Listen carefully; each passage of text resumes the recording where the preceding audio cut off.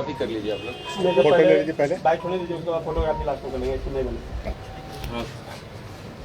देखिए कल दिनांक 20/11/2023 की घटना है। लखीसराय शहर के कवैया ओपी के अंतर्गत पंजाबी मोहल्ला है। वहीं पर आशीष चौधरी और दुर्गा झा दोनों पति पत्नी के तौर पर रह रहे थे। इन दोनों के बीच में काफ़ी अंतरंग संबंध पहले ही से रहे हैं और ये दोनों साथ रह रहे थे। इसी कारण से कल ये घटना घटी है कि आशीष चौधरी ने छठ पर्व की समाप्ति के उपरांत सुबह करीब 7:30 पौने 8 बजे छठ घाट से अर्घ दे के लौटने के बाद ये गोलीबारी की घटना दुर्गा झा के घर के समीप की गई है। इस गोलीबारी की घटना में कुल 6 लोगों को गोली लगी थी, जिसमें अभी तक दुर्गा झा लड़की का देहांत कल पटना में हुआ है और उसके जो 2 भाई थे चंदन झा और राजनंदन झा, इनकी घटनास्थल पर मृत्यु हो गई थी। कुल 3 लोग अभी तक इसमें मृत हो गए हैं। बाकी जो 3 लोग हैं, दुर्गा झा लड़की के पिता शशिभूषण झा और उसकी भाभी लवली झा जो कि राजनंदन झा उसके मृत भाई की पत्नी है, और उसकी एक और बहन प्रीति झा, ये अभी जख्मी का इलाज पटना में चल रहा है। पूरे घटनाक्रम के पीछे का जो बैकग्राउंड है वो ये है कि इन दोनों के बीच, आशीष चौधरी और दुर्गा झा के बीच काफ़ी पहले से प्रेम संबंध था और इन लोगों ने शादी भी कर ली थी। कहीं न कहीं उनके परिवार की दोनों की रजामंदी भी थी। जो फोटोग्राफ्स आप देख रहे हैं इसमें लड़के के परिवार वाले भी हैं और लड़की के परिवार वाले भी हैं, लेकिन किसी कारण से फिर अनबन हुआ इन दोनों में, जिसके फलस्वरूप ये घटना घटी है।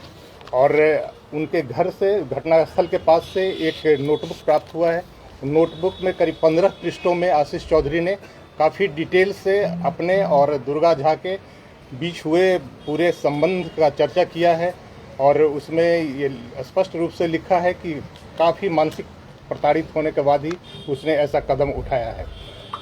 दुर्गा झा के लिए उसने उसको कोचिंग में रख के पटना में पढ़ाया, नाला रोड में, उसका भी जिक्र उस डायरी में आप लोग देखेंगे। और हॉस्टल, गर्ल्स हॉस्टल में रख के कोचिंग करवाया बैंकिंग के लिए। अपना हिस्से की ज़मीन उसने बेच दी अपने भाई के नाम से। उस पैसे से उस दुर्गा झा को पटना में रख के पढ़ाया और सारा पैसा ख़त्म कर दिया। और इसके बाद वो लड़की को कैसे दुराव उससे हुआ, इसकी जिक्र भी उस डायरी में है। और उसके परिवार वाले ने फिर बाद में उसको तनिष्क का एक शोरूम है हथुआ मार्केट में पटना में, वहाँ सेल्समैन के रूप में उस लड़की को रखा। और इस डायरी में जो अंकित है कि लड़की वहाँ जब काम कर रही थी दुर्गा झा, तो वहाँ फिर किसी और लड़के से उसका अंतरंग संबंध हो गया है। और इसकी जानकारी जब आशीष चौधरी को हो गई है तो इसके बाद इसने इतना बड़ा कदम उठाया है। और इसमें जो उसने अपना 15 पृष्ठों में जो बयान दर्ज किया है अपना, उसमें इसने उल्लेख किया है कि काफ़ी सोच विचार करने के बाद, काफ़ी मानसिक रूप से प्रताड़ित होने के बाद ये घटना उसने किया है। और ये घटना तो जघन्य है, लेकिन पुलिस इसमें काफ़ी त्वरित कार्रवाई करते हुए, इसमें जिसने लाइनर की भूमिका निभाई है जिस लड़के ने, उसका नाम है राजन पासवान उर्फ समीर राज, इसकी गिरफ्तारी हो गई है। पूरे CDR के लोकेशन से, वैज्ञानिक अनुसंधान से यह साबित हो गया है कि पूरा घटना का लाइव लोकेशन आशीष चौधरी को ये समीर पासवान दे रहा था। CDR से ये बात प्रमाणित है कि हर 15 मिनट पर, 20 मिनट पर 4 कॉल हैं। 7 बजे से लेकर 7:30 के करीब, 7:45 के करीब तक कॉल से वो बताते गया है। और घटनास्थल पर इसी के लाइव लोकेशन देने पर वहाँ पर पहुँच के आशीष चौधरी ने गोलीबारी की घटना की गई है। तो इसमें लाइनर की भूमिका निभाने वाले समीर राज उर्फ राजन की गिरफ्तारी हो चुकी है। और एक और व्यक्ति की गिरफ्तारी हुई है, उमेश साहू की, जिसके बारे में अनुसंधान में और साक्ष्य आए हैं और उस पर साक्ष्य संकलन किया जा रहा है साक्ष्य को संपुष्ट करने के लिए। इसके अतिरिक्त अन्य लोग पर भी अभी पुलिस की नज़र है। जो अनुसंधान में जो तथ्य आए हैं उसके लिए हम लोग प्रयासरत हैं। किसी भी कीमत पर हम लोग आशीष चौधरी को छोड़ने वाले नहीं हैं। ये घटना उसने किया है, मानसिक रूप से भले ही प्रताड़ित हुआ हो, लेकिन घटना जघन्य है और अपराध के दृष्टिकोण से ऐसी घटना को पुलिस कभी बर्दाश्त नहीं करेगी। और इस पर हम लोग काफ़ी कार्रवाई कर रहे हैं। रात में भी रेड हुआ है। आज भी आशीष चौधरी के जो संभावित ठिकाने हैं पुलिस के नज़र में, उस पर पुलिस की टीम जा चुकी है और दूसरी कुछ टीम भी रवाना हो रही है उसकी गिरफ्तारी के लिए। और उम्मीद है कि जल्द ही हम लोग आशीष चौधरी को भी पकड़ने में कामयाब हो पाएंगे और आशीष चौधरी को निश्चित रूप से पुलिस पकड़कर कार्रवाई करेगी। सर, ये डायरी लिखने से ये नहीं अंदाजा लगता है कि ये सरफिरा आशिक के साथ साथ सातिर भी है? आप कह सकते हैं, सातिर भी है और इसके कुछ क्रिमिनल हिस्ट्री भी मिले हैं जो पहले किसी मामले में ये जेल गया है तो उस पर भी हम लोग देख रहे हैं उसको बढ़िया से कि किस तरीके उसका रिकॉर्ड भी निकालना पड़ेगा, क्योंकि 2007-8 का मामला बताया जा रहा है। तो उसके रिकॉर्ड को हम लोग देखेंगे कि उसमें किस कारण से उसको जेल जाना पड़ा था। तो जैसा कि लोग बता रहे हैं कोई मर्डर की घटना घटी थी लखीसराय में, उसमें ये जेल गया था और उमेश साहब और ये आशीष चौधरी, तो उसको हम लोग अपना रिकॉर्ड से खंगाल रहे हैं, कोर्ट से भी उसको वेरीफाई कर रहे हैं। और यहाँ के लखीसराय के पब्लिक से हम यही अपील करना चाहेंगे कि किसी बहकावे में ना आए।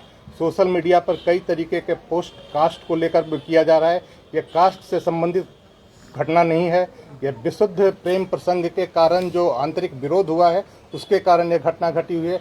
इसमें 2 जाति के लोग इन्वॉल्व जरूर हैं, लेकिन कास्ट राइट के रूप में इसको नहीं है।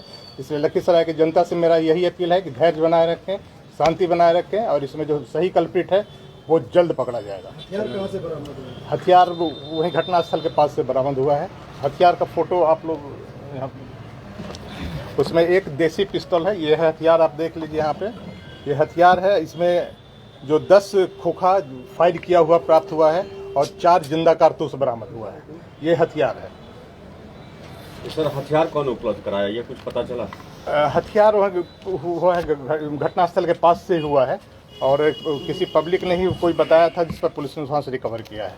एक सवाल सर और सर, मैंने पीड़ित का आरोप है परिजन का कि 2 साल पहले आवेदन दिया था इस मामले को लेकर कवैया थाने में, लेकिन इस पर कोई पहल नहीं की। अब 2 साल पहले के आवेदन की उसकी तहकीकात हम लोग करेंगे कि किस संदर्भ में क्या आवेदन दिया है, लेकिन पीड़ित के परिवार ने का फोटोग्राफ तो आपको साक्ष्य सामने है। आप देख लीजिए कि लड़की का माँ फोटोग्राफ में है, शादी की तस्वीर है साथ में है, तो ये सब लोग तो रजामंदी करके शादी की और बाद में लड़की को दुराव करके अलग किया इससे।